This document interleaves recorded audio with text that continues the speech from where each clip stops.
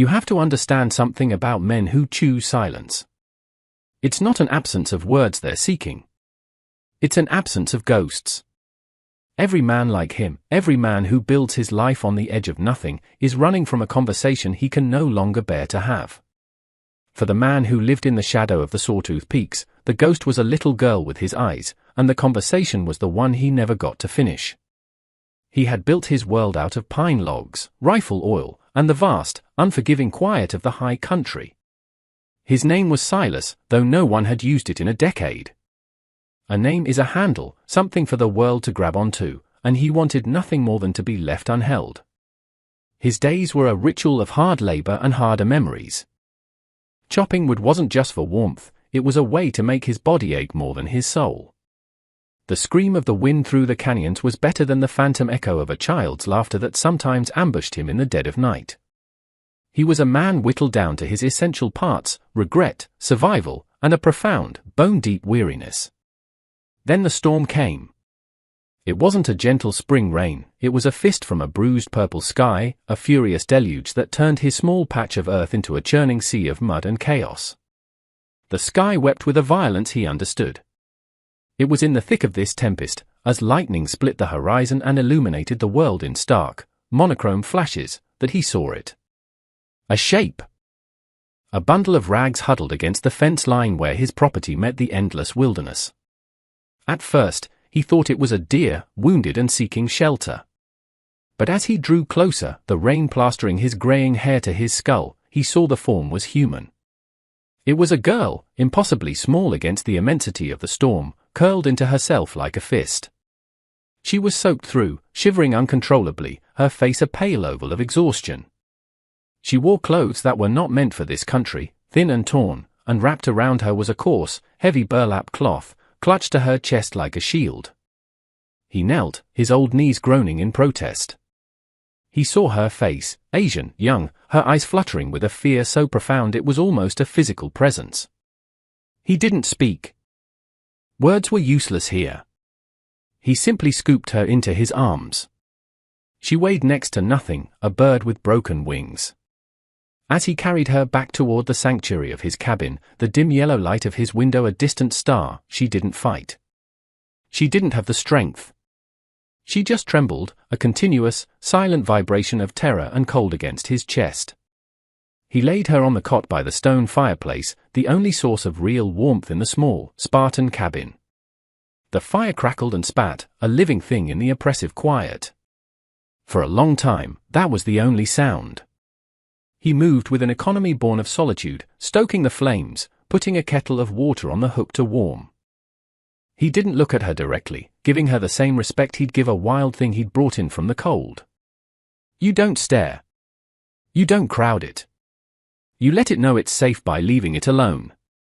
She watched him from the cot, her eyes wide and dark, tracking his every move. She was a ghost of a different sort, and she had brought her own silence into his. It was a heavier silence, thick with a terror he could only guess at. He left a steaming mug of broth and a piece of bread on the small crate beside her and retreated to his own corner, cleaning his rifle, the familiar metallic clicks a comfort. She didn't touch the food. The hours passed. The storm outside raged, and the fire inside held its ground. It was a standoff between the world that hurts and the small spaces that heal. What do you do with a broken person who lands on your doorstep? It's a question that tests the very foundation of who we are. Do you turn them away, preserving your own hard-won peace? Or do you let them in, knowing their ghosts might awaken your own? Silas had chosen his peace, but the choice, it seemed, had been taken from him. The next morning, the storm had passed, leaving behind a world washed clean and deceptively calm. The girl was still on the cot, her breathing shallow. She hadn't moved. The food was cold, untouched. He saw she was still clutching that burlap cloth, her knuckles white. It was wrapped not just around her torso, but her hands, her wrists, wound tight. He tried again, leaving a bowl of oatmeal this time. He went outside to chop wood, the rhythmic thud of the axe a kind of communication. I am here. I am steady. I am not a threat. When he returned, she had eaten. A small victory. A tiny crack in the wall of her fear. This became their pattern. He would work, she would watch. He would provide, she would accept. They existed in a shared space, two solitary planets now locked in a strange, silent orbit. He learned the topography of her fear. The way she'd flinch if he moved too quickly. The way her eyes would dart to the door at the sound of a snapping twig. The way she would curl tighter into herself if he came too close to the cot. The burlap was a permanent part of her, a second skin. He never asked about it. He never asked her name. To ask for a name is to ask for a story, and he knew, with the certainty of a man who'd buried his own, that her story was one of unimaginable pain. He saw glimpses of it in her nightmares. She'd cry out in her sleep, small, strangled sounds in a language he didn't understand, her hands twitching beneath the rough fabric. During the day, she was utterly silent. Her silence was a fortress. His was a tomb. And for a while, they were simply two solitudes, coexisting. But the body keeps score. On the fourth day, a fever took hold of her. It came on fast, a dry, consuming heat that left her delirious. Her skin was flushed, her lips cracked. She muttered, her words a fever-dream slurry of terror. He knew he couldn't wait. Fevers in the wild, without aid, were a death sentence. He needed to get her temperature down, needed to see what injuries she might be hiding. He approached the cot slowly.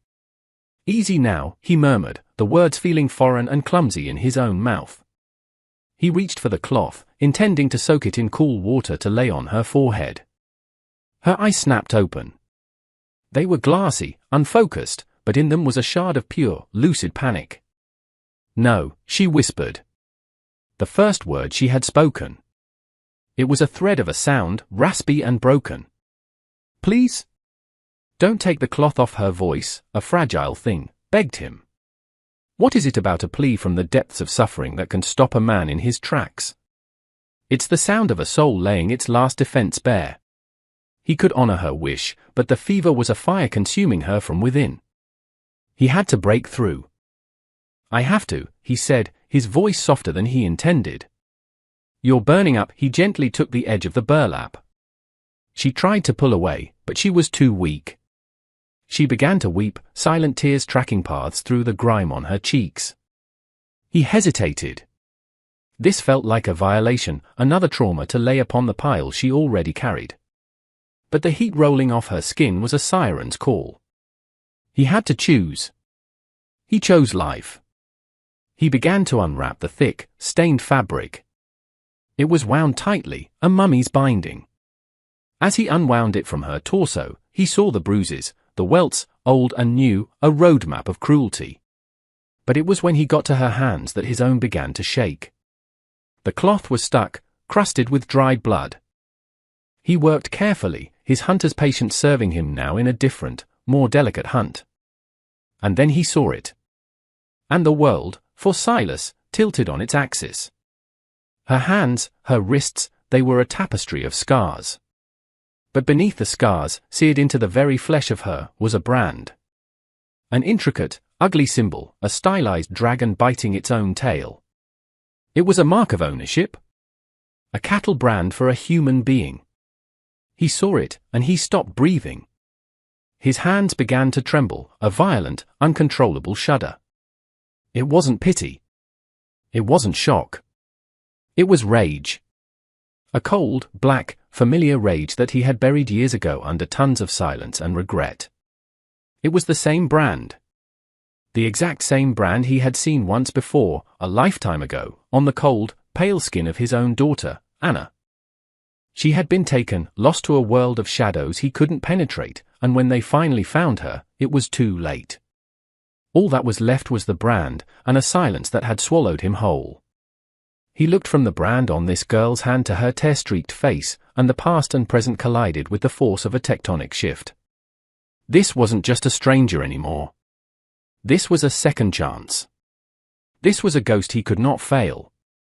He started trembling because the man he used to be, the man he had tried to kill with solitude and hard labor, was waking up. And that man was dangerous. From that moment, everything changed.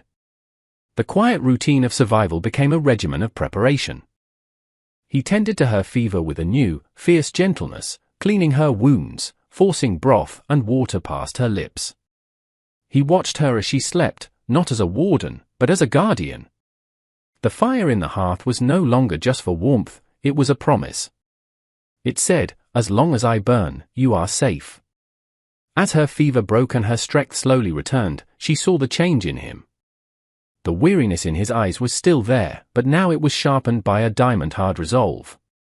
He was no longer just a recluse. He was a sentinel.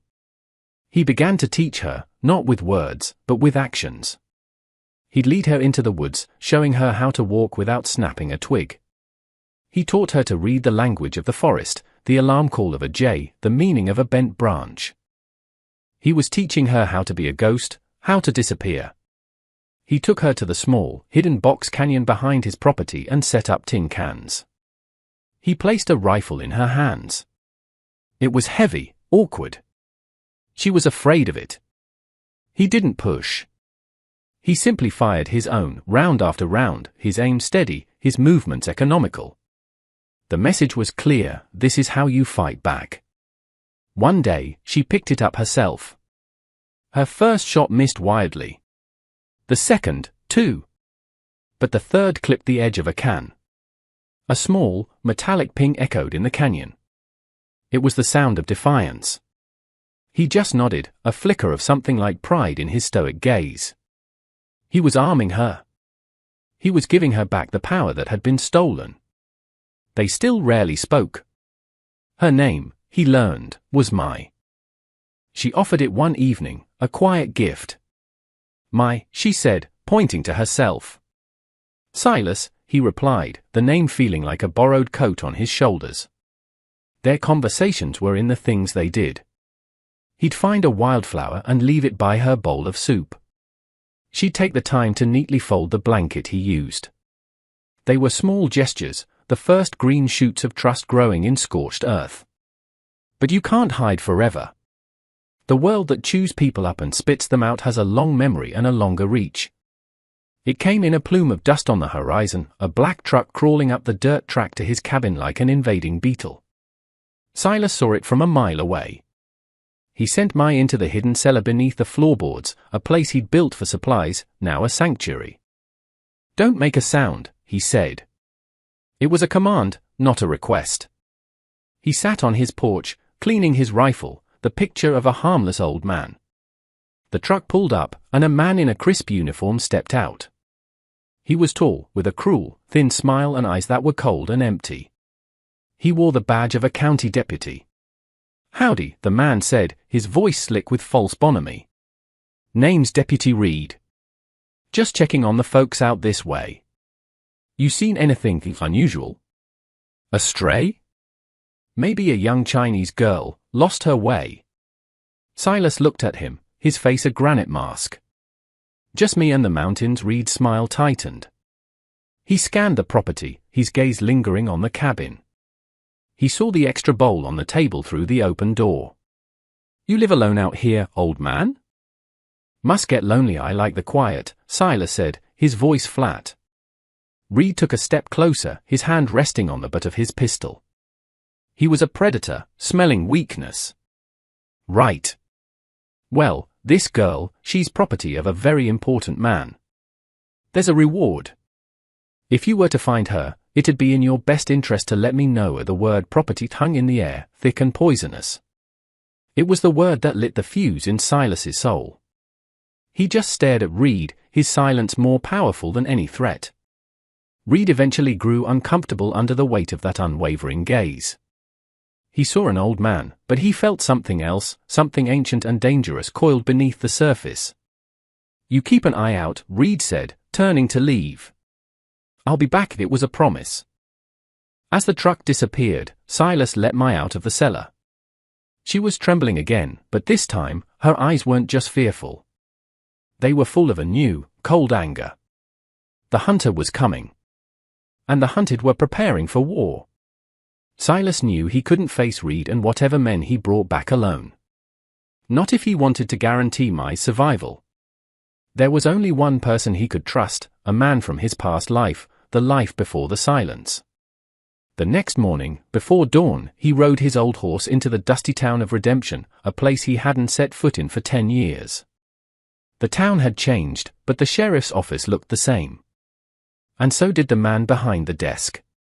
Sheriff Brody was older, his face a roadmap of hard years, but his eyes were still sharp, still saw everything. He looked up when Silas walked in, and his expression wasn't one of surprise, but of weary resignation, like a man seeing a storm he knew was inevitable finally appear on the horizon. "Silas," Brody said. It wasn't a question. Brody. The two men stood in silence for a long moment, a decade of unspoken history passing between them. Brody was the one who had delivered the news about Anna. He was the one who had watched Silas retreat from the world. "Trouble," Silas said finally. It was all he needed to say. "What kind?" Brody asked, his voice low. Instead of answering, Silas pulled a piece of charcoal and paper from his steel bag. He quickly, expertly sketched the brand, the dragon eating its own tail. He pushed the paper across the desk. Brody stared at it. The color drained from his face. He looked up at Silas, and in his eyes was a deep, shared understanding of what that symbol meant. It was the mark of a trafficking ring they had tried to break years ago, a hydra that had cost them both dearly. It was the organization that had taken Anna. "Where?" Brody asked, his voice now hard as iron. "My place." "A girl?" Reed came sniffing around, Brody's jaw clenched. "Reed is on their payroll." "We suspected." Couldn't prove it. He stood up, a man of action, the rust of bureaucracy falling away. He was the law, the real law. "They'll be back for her. And they'll come to silence you, I know," Silas said. "When do you expect them?" Brody asked. "Dusk," Silas replied. "They like the dark. I'll be there," Brody said. It was a solemn vow. "Don't get yourself killed before I arrive," as Silas just gave him a slow, deliberate nod, the nod of a man who'd been in trenches before. He turned and walked out, leaving the sketch of the dragon on the sheriff's desk, a declaration of war. He rode back with a grim purpose. The setting sun painted the sky in bloody hues of orange and red. It was a fitting backdrop for what was to come. When he got back, he and my worked without words. They barricaded the windows, leaving only small firing slits. He placed her in the most defensible position, in the loft with the rifle he had taught her to use. He handed her a box of cartridges. Her hands were steady now. The fear was still there, but it was forged into something else. Resolve. "Aim for the center," he told her. "Don't think. Just do." She looked at him, her dark eyes reflecting the dying light. She nodded. As twilight bled across the land, they came. Reed's black truck and another, carrying 2 more men. They parked a distance away and approached on foot, arrogant in their numbers, rifles held loosely. They thought they were coming to collect a package from a crazy old hermit. They were walking into a ghost's territory. Silas was waiting for them, hidden in the shadows of the woodpile. He was part of the dusk, a silent predator in his own domain. The first man went down without a sound, a victim of a thrown knife that found its mark in his throat. The second man whirled around, confused, only to be met with the heavy, splintering crack of Silas's rifle. He fell. Reed and the last man scrambled for cover, firing blindly at the cabin. Bullets chewed through the log walls. "She's in there!" Reed screamed, his arrogance replaced by frantic rage. "Burn it down!" As the last man moved to douse the cabin in gasoline, a single, sharp report echoed from the loft window. Ping! The man cried out, dropping the can, clutching a newly shattered knee. "My shot!" From the darkness behind them, a new voice boomed, amplified by the sudden quiet. "Drop your weapons. This is Sheriff Brody." Reed was trapped. Caught between a ghost he couldn't see and the law he thought he owned. In his panic, he made his final mistake. He charged the cabin, hoping to take a hostage. Silas met him at the door. It wasn't a fight. It was an execution. It was swift, brutal, and utterly final. Silas moved with a speed and ferocity that belied his age, a whirlwind of controlled violence. When it was over, Reed lay broken on the porch, and the only sound was the wind and the ragged breathing of the survivors. The aftermath was quieter than any silence that had come before. Brody and his deputies cleaned up the mess, taking away the wounded man and the body of the other. They took Reed, still breathing but broken, to face a justice he had long evaded. Brody clapped Silas on the shoulder before he left. "It's good to have you back, Silas," he said. Silas just watched the red taillights disappear down the mountain, taking the ugliness of the world with them. He turned and went back inside. Mai was coming down from the loft, the rifle held loosely in her hands. She looked at the splintered door, the shattered windows, and then at him.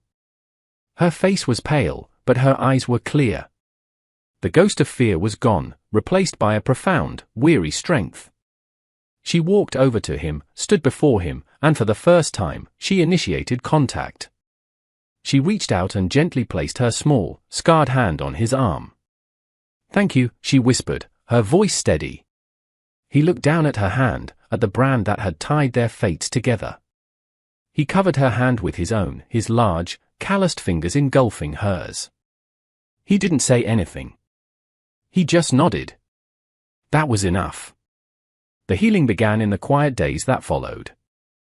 They rebuilt the cabin together, replacing the broken boards, mending the wounds to their sanctuary. The silence that returned was different. It wasn't heavy with ghosts anymore. It was a peaceful silence, a space for growth. One day, he found her in the small meadow behind the cabin. She had cleared a small patch of earth and was planting wildflowers she had carefully dug up from the forest. She was coaxing life from the soil, her branded hands tending to the fragile roots. She was planting a garden in the place where she had been reborn. Silas watched her from a distance, a small, unfamiliar warmth spreading in his chest. He had faced his ghosts. He had not saved his daughter, a regret that would forever be a part of him. But he had saved this girl. He had saved Mai. And in doing so, he had found a way to save himself. It's stories like these that remind us of the incredible resilience of the human spirit, don't they? They show us that redemption isn't always about forgiveness or forgetting. Sometimes, it's about finding a new purpose in the wreckage of the old one. It's about answering the call when someone is in desperate need, even if you've spent years trying to ignore the world. The quietest people often carry the heaviest burdens, but they also possess a strength that can move mountains. If this story of quiet courage and unlikely redemption resonated with you, let us know by giving it a like and maybe share it with someone who appreciates tales of the human heart. Your support is what allows us to keep finding and sharing these powerful narratives. Thank you for listening and for being a part of our community.